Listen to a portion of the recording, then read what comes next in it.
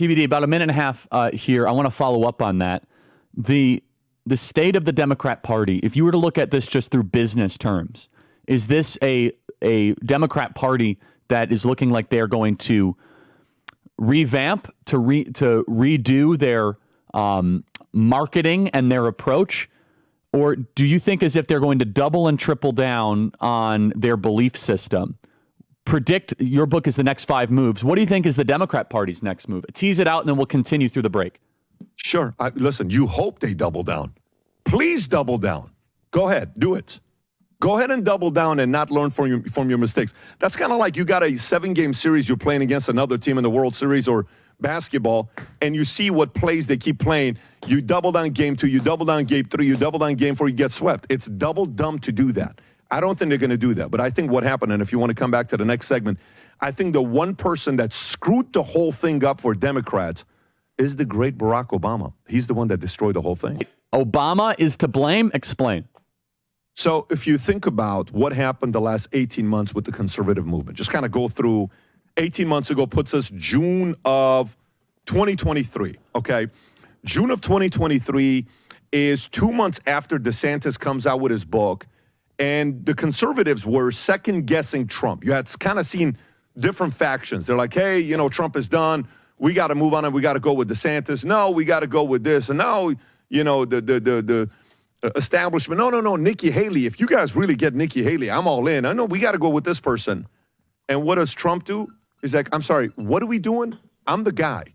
But the thing that the establishment left and the establishment right and mainstream media did is they went after the head of the party, the Republican Party, which was Trump. The right move, by the way, because if they take him out, everybody else collapses. There's a massive division in the Republican Party because now they can use the terms to say, hey, look at the Republicans. They're broken up. They're all over the place. You have the Romney team. You have the Haley team. You have these guys, and you have those guys, and you have the Vivek, and you have the MAGA, and you have this. They are scrambling trying to figure this thing out. They tried to do it. What does Trump do? He stands tall. And slowly but surely, he wins everybody over on the right. Very, very important. Not easy to do.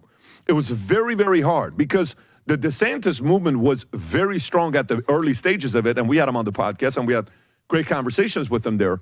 Now flip it on the other side. Peter Thiel is on the Barry Weiss podcast. They're having a conversation. I love what Peter Thiel said in this podcast.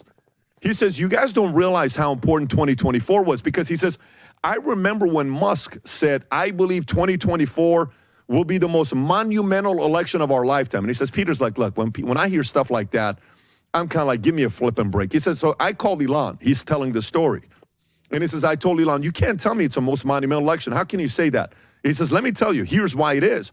And then he says, the more time went by, he says, the more I realized this was monumental, and here's why. Listen to what he said. Powerful. He says, imagine if Kamala won. You know what Democrats would be able to say today? He says, if Kamala won, they would be able to say, Trump just got lucky. That was a fluke. MAGA is not real. There is no people out there that want these types of policies.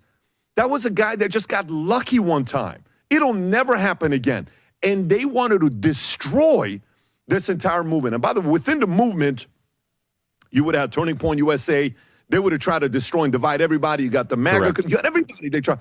So, but what happens? Trump wins.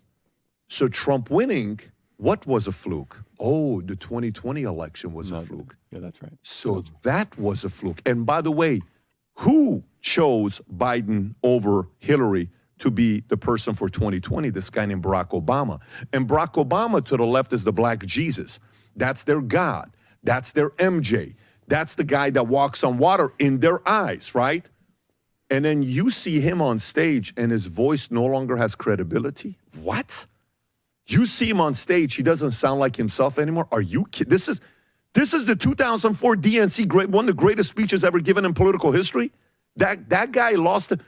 He was able to go and sit down with Leno, Letterman, Kimmel, Fallon, anybody, and oh my God, look how amazing he is. You know, the energy that he has. That guy had the biggest loss of his career. The biggest public humiliating loss of his career. What do Democrats do now? They're allowing AOC to be now a story of discussion. You know, hey, she may run for office in 2028. So then you have Obama now is sitting there allowing AOC to come in. So let's just kind of play with the games. Like they need their own Elon Musk. Oh, we need our own Elon Musk. No, you had your own Elon Musk. No, we need our own Rogan. Who's going to be the Rogan? You see some guys right now seeing this as an opportunity that they're going after Rogan.